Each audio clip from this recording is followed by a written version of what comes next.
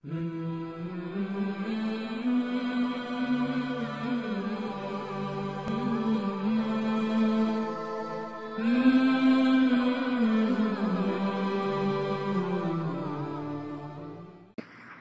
बिल्लाहि मिनश्शैतानिर्रजीम। बिस्मिल्लाहिर्रहमानिर्रहीम।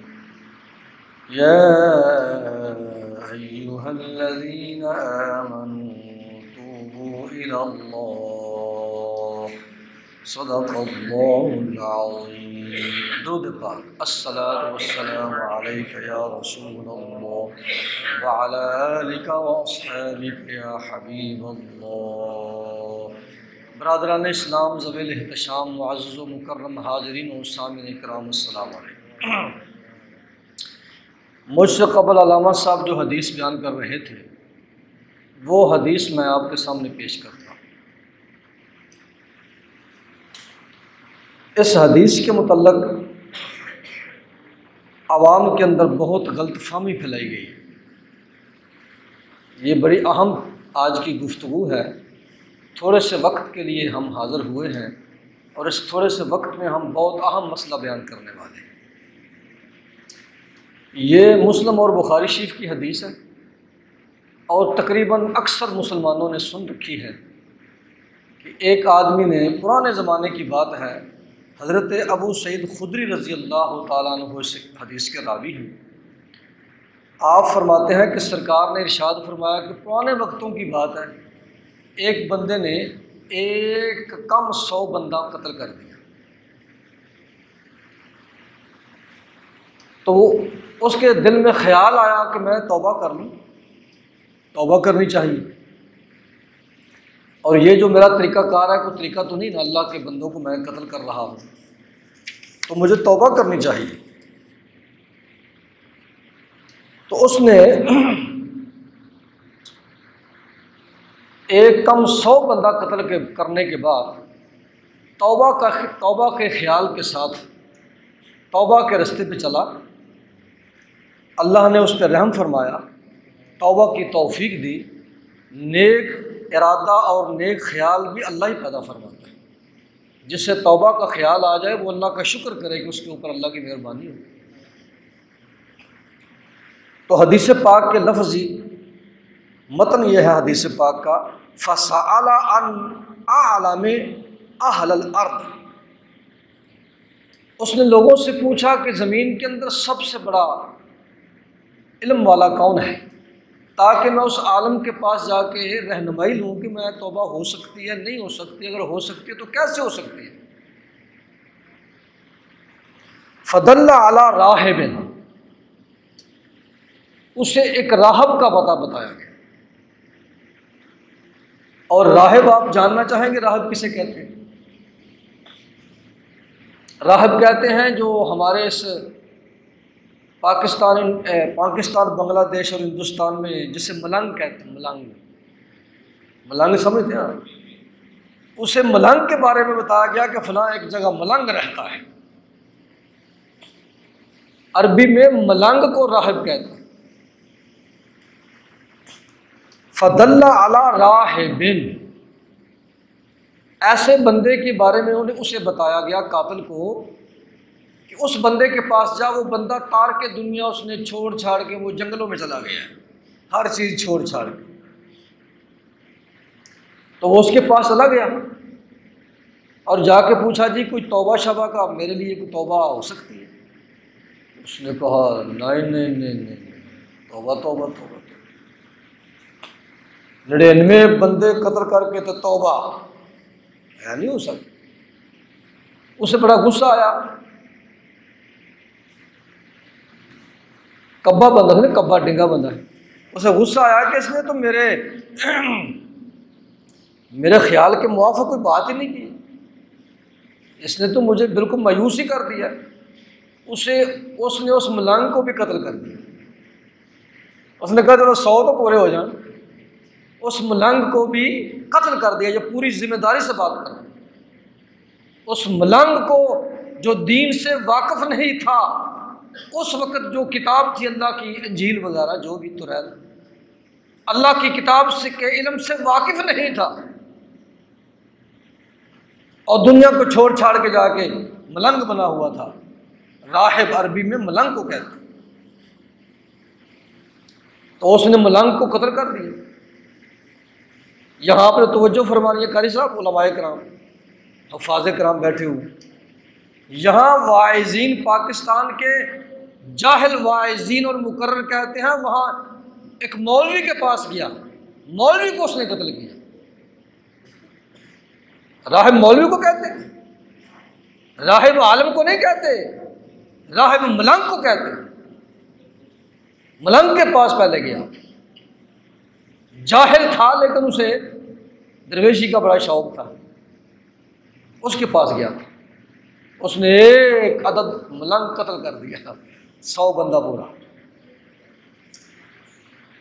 फिर वो किसी और से, उसने किसी से पूछा, ये मैं हदीस पाक सामने रख के उसके लफ्ज़ अर्ज कर रहा हूँ, सुम्मा सअला अन आलम अहलिल अर्द। फिर उसने किसी से पूछा कि यार ज़मीन में कोई, अल्लाह की ज़मीन पे कुछ सबसे ज़्यादा साहिब इल्म मौजूद है जो मेरी रहनुमाई करे। फदल्ला अला रजुलिन आलिमिन, फिर उसे एक आलिम बाअमल आदमी का बताया गया। पहले किसका बताया गया? राहिब का, और बाद में किसका बताया? ये लफ्ज़ है हदीस पाक, ये देख लो। पहले फदल्ला अला राहिबिन, पहले वो एक मलंग के बारे में उसे बताया गया जो दीन का आलिम नहीं था और उसे दरवेशी का हैजा हुआ था, उसके पास गया था। उसने कहा तौबा नहीं हो सकती, उसने वो मलंग भी मार दिया। बाद में फदल्ला अला रजुलिन आलिमिन, एक आलिम आदमी का उसे बताया गया जो दीन का इल्म जानता था, उसके पास गया। तो उसके पास जाके उसने कहा जी मेरी को तौबा शबा हो सकती है। उस आलम ने पता क्या कहा, जरा सुभान अल्लाह कह दीजिए। उस आलम ने पूछा तुमने किया क्या है? उसने कहा जी मैंने 100 बंदे मारे,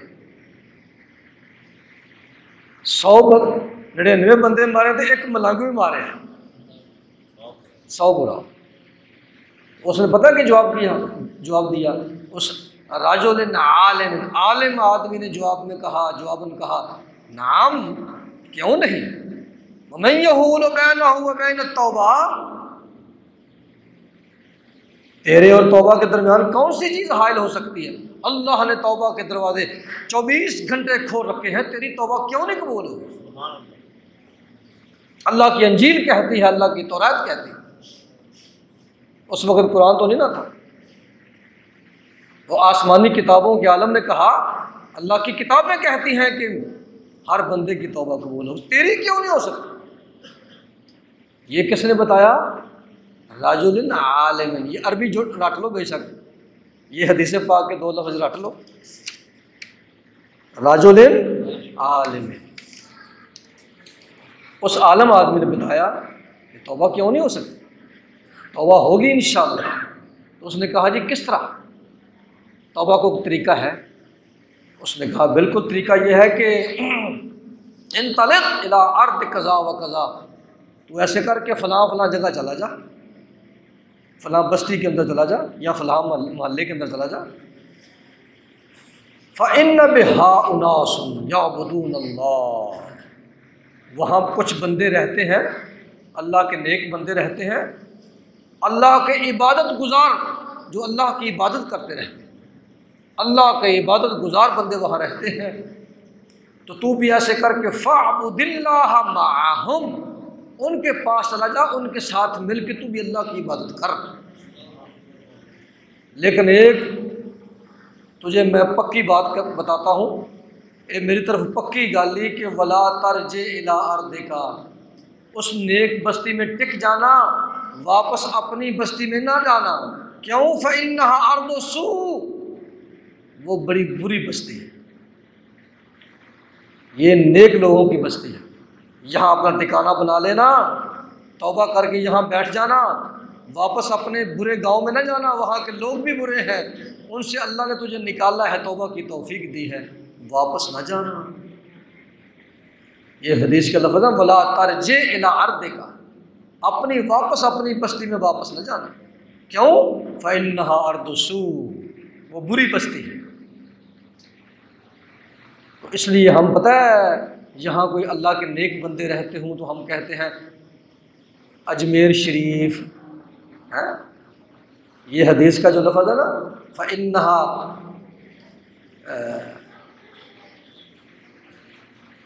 वहाँ अल्लाह के नेक बंदे इबादत गुजार रहते हैं।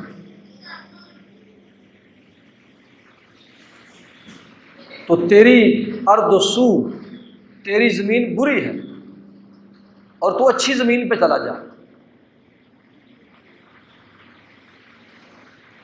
तो अच्छी ज़मीन को क्या कहते हैं जी? शरीफ। तो इसलिए हम कहते हैं मोहल्लन के शरीफ, अजमेर शरीफ, बगदाद शरीफ। अब समझ आई शरीफ क्यों लगाते हैं? कि वहाँ अल्लाह के नेक बंदे रहते हैं, अल्लाह के नेक बंदों ने वहाँ डेरा लगाया होता है, इसलिए उसे अर्दुन सालिहा, नेक ज़मीन, शरीफ लोगों की ज़मीन, इसलिए उसे मोहल्लन के शरीफ कहते हैं। तो फरमाया कि वहाँ चला जा, तो वहाँ जाके अल्लाह तेरी तौबा कबूल करेगा। जैसा कि अल्लामा साहब ने बयान फरमाया, वहाँ चला गया, चलते चलते चलते चलते अभी पूरी तौबा की पक्की नीयत के साथ वो जा रहा था कि रास्ते में मौत आ गई। पहुंचा नहीं था कि मौत आ गई। दोनों फरिश्ते आ गए, जन्नत वाले फरिश्ते भी आ गए और दोज़ख वाले फरिश्ते भी आ गए।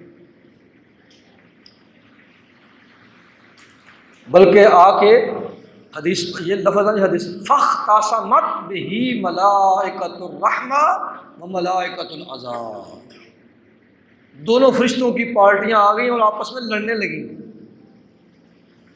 रहमत के फरिश्ते भी आ गए कि हमने इसे जन्नत में लेके जाना है,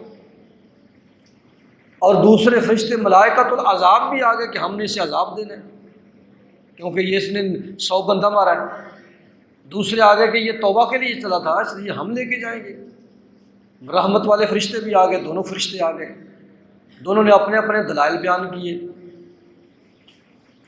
तो उन्होंने कहा कि चूँकि ये बुरा था, कातल था, इसलिए हम लेके जाए। उन्होंने कहा नहीं, ये तौबा की नीयत से चला था और ये शरीफ लोगों की बस्ती की तरफ जा रहा था, इसलिए हम लेके जाएंगे। तो फ़आताहुम मलकुन फ़ी सूरतिन आदमीय्य, ये दो पार्टियां फरिश्तों की आपस में झगड़ रही। एक तीसरी पार्टी आ गई, फरिश्ते आए। एक फरिश्ता आया इंसान की शक्ल, फ़ी सूरतिन आदमीय्य, अल्लाह ने एक फरिश्ता आदमी की सूरत में भेजा। उसने कहा कि मैं तुम्हारा फैसला करता हूँ। मसला क्या है? उन्होंने कहा ये मसला ये है। तो उस इंसानी शक्ल में आने वाले फरिश्ते ने फैसला किया कि ऐसे करो कि ज़मीन नाप लो, जिधर वाली ज़मीन ज़्यादा होगी ना, ये बुरी तरफ से चला था, बुरे लोगों की तरफ से चला था और नेक लोगों की तरफ जा रहा था, तो ज़मीन अपना नाप लो। अगर बुरी ज़मीन ज़्यादा हो तो उसका मतलब ये है कि ये अच्छी ज़मीन की तरफ ज़्यादा पहुंच चुका था, तो इसे बख्श दिया जाएगा। मलाइका फरिश्ते मलाइका फरिश्ते जो है रहमत के फरिश्ते ले जाए, और अगर उल्ट हुआ तो फिर अज़ाब वाले फरिश्ते ले जाए। ज़मीन, दोनों ज़मीनें नाप लो। अल्लाहु अकबर। तो हदीस पाक में आता है कि वो जो उसकी ज़मीन थी ना, जहाँ से वो चला था, वो थोड़ा ही चला था। तो जब वो फरिश्ते वो नापने लगे ना, पमैश करने लगे, तो अल्लाह ने ज़मीन को हुक्म दिया कि तू सुकड़ जा, सुकड़ जा।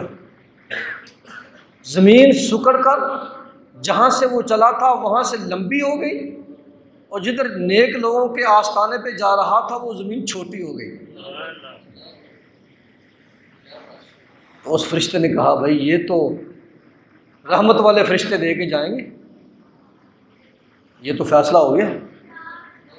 तो जो मैं आज के इस बयान में अहम तरीन बात अर्ज करने वाला हूँ वो ये है कि हम नेक लोगों को क्यों कहते हैं फ़लाँ जगह मोहलन के शरीफ या अजमेर शरीफ क्यों कहते हैं।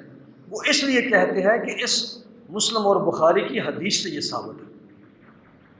और दूसरा अहम, इससे भी अहम मसला जो मैं अर्ज करने वाला हूँ ये है कि हमारे जो अनपढ़ वाइज़ीन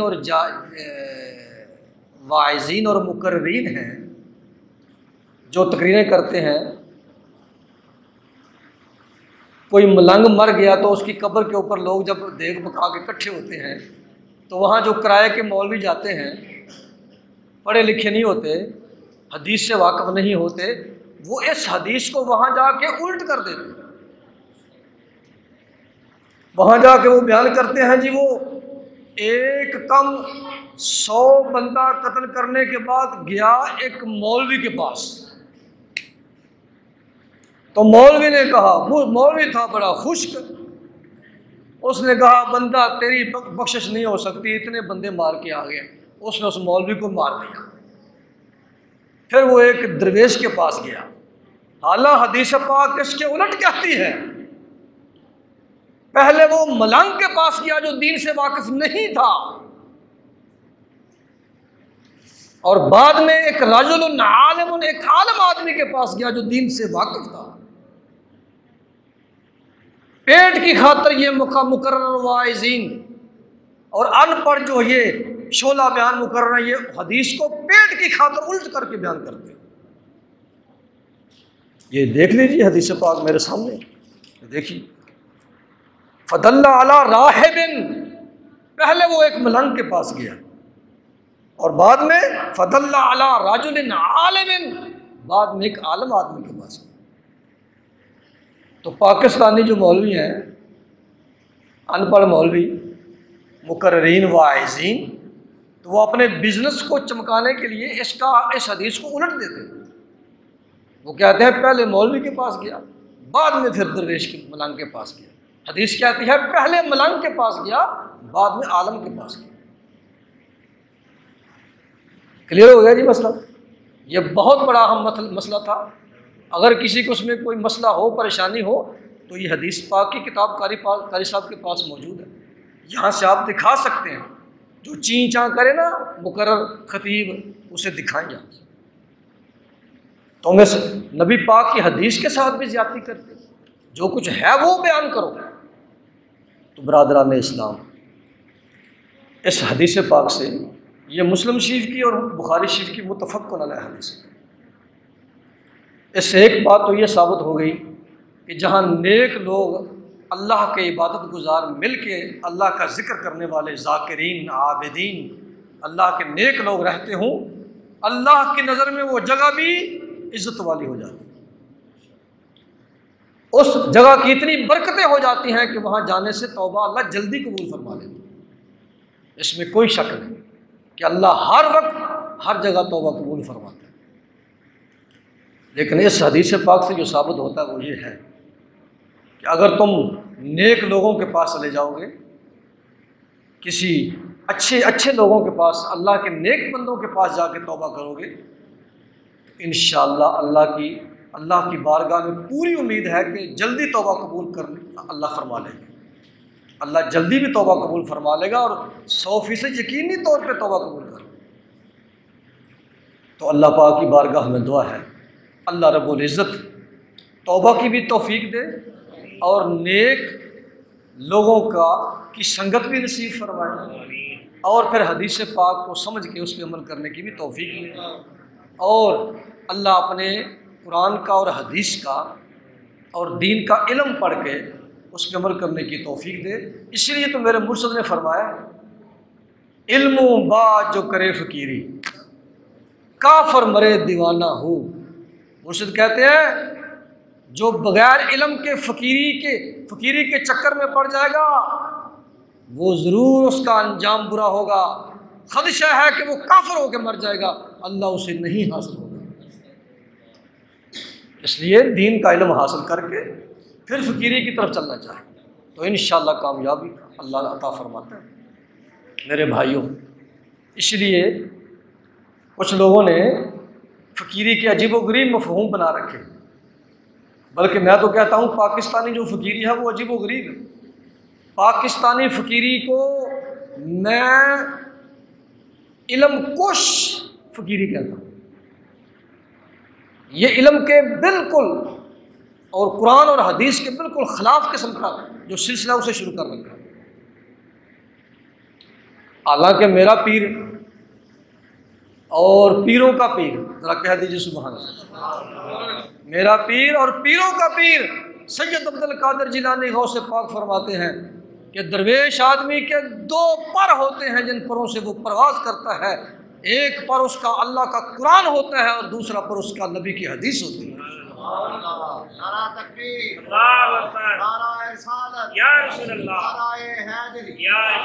इसलिए बरादरान इस्लाम, दीन को पढ़िए और खुलूस के साथ पढ़िए, इखलास के साथ अमल कीजिए, क्योंकि सिर्फ पढ़ने से काम नहीं चलता और सिर्फ अमल से भी काम नहीं चलेगा। जब तक आपकी नीयत दुरुस्त नहीं होगी उस वक़्त तक पढ़े का भी फ़ायदा नहीं है, अमल किए का भी कोई फ़ायदा नहीं है। नमाजें भी ज़ाया हो सकती हैं, ज़कातें भी ज़ाया हो सकती हैं, हर चीज़ ज़ाया हो सकती है अगर तुम्हारी नीयत ठीक ना हो। इसलिए मेरे मुर्शिद फरमाते हैं, मुर्शिद बाहू फरमाते हैं, ज़रा सुभान अल्लाह कह दीजिए। आप जानना चाहेंगे कि फ़कीरी किसे कहते हैं, औलियाई किसे कहते हैं, अल्लाह का वली किसे कहते हैं, तो मेरे पीर ने, बल्कि लाइनें तो चार बनती हैं और हकीकत में एक लाइन के अंदर फ़कीरी समझा दी है। एक लाइन के अंदर पिछली तीन लाइनें तो तशरीह है सिर्फ। फरमाते हैं कि मेरे पीर बाहू फरमाते हैं कि जे रब नात्यां धोत्यां लभदा, जे रब नात्यां धोत्यां लभदा ते लभदा डडुआं मच्छियां हो। जे रब राती जाग्यां लभदा ते लभदा काम कड़िछियां हो। चमगादड़ जो होता है, चमगादड़ को काम कड़िछी कहते हैं। जे रब जतियां सतियां लभदा, जति सती कहते हैं जो शादी ना करे। जे रब जतियां सतियां लभदा ते रब लभदा दांदा खसियां हो। दांद समझते आप? दांद किसे कहते हैं? दांद बच्चा, बच्चे को कहते हैं खसी है। जे रब जतियां सतियां लभदा ते लभदा दांदा खसियां हो। ते इन्हां गल्लां थी रब हासिल नहीं मिलता, रब उन्होंने मिलता वा। सुभान अल्लाह, रब उन्होंने मिलता बाहू। इस एक लाइन के अंदर मेरे पीर ने सारी फ़कीरी, औलियाई और दरवेशी का निचोड़ कट के निकाल दिया, रख दिया। फरमाया रब उन्होंने मिलता बाहू निगता जिन्हां दियां अच्छी। ये है जी फ़कीरी, सारी फ़कीरी ये है। अल्लाह अकबर। इल्म पढ़ना है तो अल्लाह की रज़ा के लिए, इल्म पढ़ाना है तो अल्लाह की रज़ा के लिए, अमल करना है तो अल्लाह की रज़ा के लिए, अमल कराना है तो अल्लाह की रज़ा के लिए, इबादत करनी है तो अल्लाह की रज़ा के लिए, इबादत करवानी है तो अल्लाह की रज़ा के लिए, जो कुछ भी करना है अल्लाह की रज़ा के लिए। अल हुब्बु लिल्लाह वल बुग़्ज़ु लिल्लाह। अगर किसी के साथ मोहब्बत करनी है, अगर किसी के साथ दुश्मनी करनी है तो वो भी अल्लाह के लिए, और किसी के साथ मोहब्बत करनी है तो वो भी अल्लाह। ये दरवेशी है जी। रब उन्होंने मिलता बाहू निगता जिन्हां दियां अच्छियाँ। तो ये आज का मौजू है जी, रब उन्होंने मिलता बाहू निगता जिन्हां दियां अच्छियाँ।